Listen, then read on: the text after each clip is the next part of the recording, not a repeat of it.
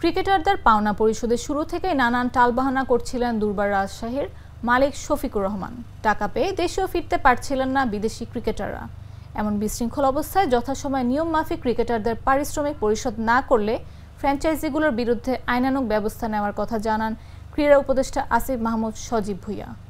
পারিশ্রমিক না দেওয়ার বিষয়টি দেশের গণমাধ্যমগুলোতে ব্যাপক আলোচনা সমালোচনা হয়, যা দেশের ভাবমূর্তি নষ্ট করছে বলে মনে করেন ক্রীড়া মন্ত্রণালয়। এমন টালমাটাল অবস্থা সামাল দিয়ে সংশ্লিষ্ট সকলের পাওনা বুঝিয়ে দিতে ৩ ফেব্রুয়ারি প্রথম প্রহরে আইনশৃঙ্খলা বাহিনীর হেফাজতে এনে জিজ্ঞাসাবাদ করা হয় রাজশাহীর বিতর্কিত মালিক শফিকুর রহমানকে।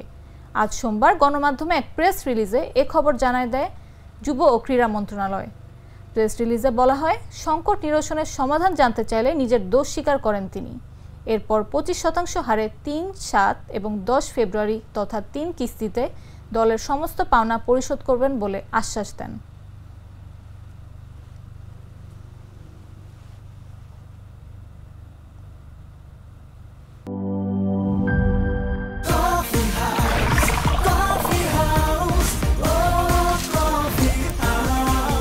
কফি হাউস, প্রতি চুমুকে আড্ডা জমে।